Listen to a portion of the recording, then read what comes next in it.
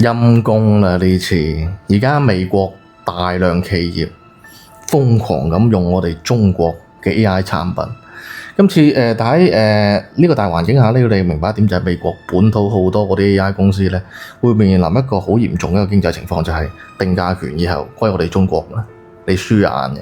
第二個嚟講就係關於技術層面嚟講咧，技術迭代咧，我認為美國 AI 有啲公司今後唔使玩嘅。That goes far beyond the chatbot. Agentic AI 好多人係唔明嘅，你一旦連美國嘅嗰啲科技巨頭或者公司都開始用我哋中國嘅 AI 大模型嘅話，意味着咗美國嘅本土 AI 公司所有嘅商業模式都要俾我哋中國扯住條貓尾，佢冇辦法可以創造自己嘅商業模式，因為冇人用咯，呢個係最誇張。And place it on his desktop. 深圳的高新區。Hello， 係 Nicholas。咁今日嚟講，我想講個 topic 就係關於一單國際新聞。首先嚟講咧，就呢單新聞就美國政論圈班前輩，哇！今日早上傾到興冚冚嘅，咁我又跟住傾一傾啦。佢就係而家美國好多企業啊，正在大量去轉投我哋中國 AI 產品。咁目前美國嘅 AI 產業面臨咗一個嚴重嘅情況，就係第一嚟講，美國 AI 產業金融空心化，俾金融資本壟斷。第二點嚟講，冇人用，係啊，美國 AI 嘅公司徹底失去定價權，同埋徹底失去佢可以主導嘅商業模式。咁關於呢個議題，我簡單點明翻少少啦。即係你明白一點咧，就係喺Open Router 平台，美國企業調用我哋中國 AI 模型嘅 token 佔比咧，好誇張。2025年上半年咧係4.5%。到2026年咧，齋2月份到而家已經超過30%，到而家目前已經係去到46%，46%幾誇張啊！係咁喺全球份額嚟講咧，我哋中國 AI 大模型咧喺全球前50嘅大模型嚟講咧，我哋2025年咧都係佔咗5個，到2026年咧我哋已經佔咗20個，去到40%嘅。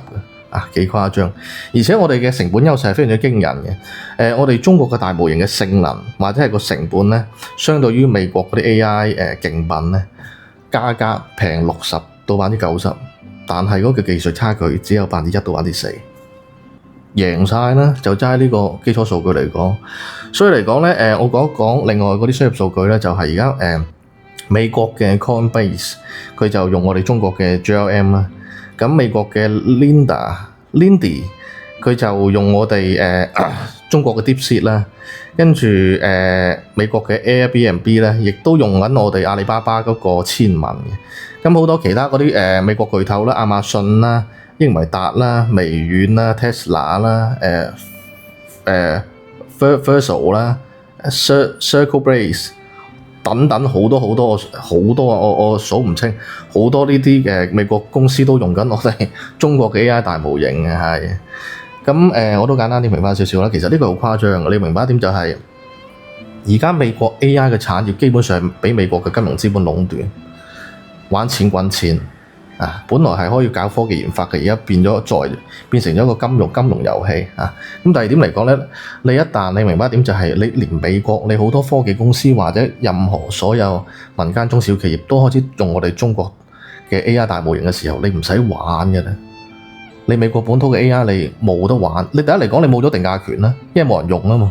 最終佢呢啲token啊或者嗰啲技術成本你唔使玩嘅啦，係嘛？咁第二點嚟講就係都係嗰句啦，你冇咗㗎啦，因為一旦你即係嗰個 AI 大模型嗰個使用量係以我哋中國去主導嘅話，你變咗商業模式都係以我哋去主導，個資本化市場係我哋決定啊嘛。咁你美國點玩？輸咗㗎啦，你明白？即係而家中國同美國 AI 大模型嚟講，以技術嘅一個技術情況嚟講，我哋嘅技術差距只差1到4%。嗱，啱先有讀啊，有晒基礎數據。咁喺成本嚟講咧，咁嘅差距誇張啦。用中國嘅 AI 大模型同用美國嘅 AI 大模型，個成本嘅幅度係60到90%。咁換着你會用邊個？美國佬都唔傻㗎嘛，係嘛？所以我認為從齋呢點嚟講，已經睇到喺 AI 產業嚟講嗰個差距啦，係多嘅就唔講啦。上述監察息差嘅我同粉絲歡迎加入個組織。呢期先到呢度啦，我哋下期再見。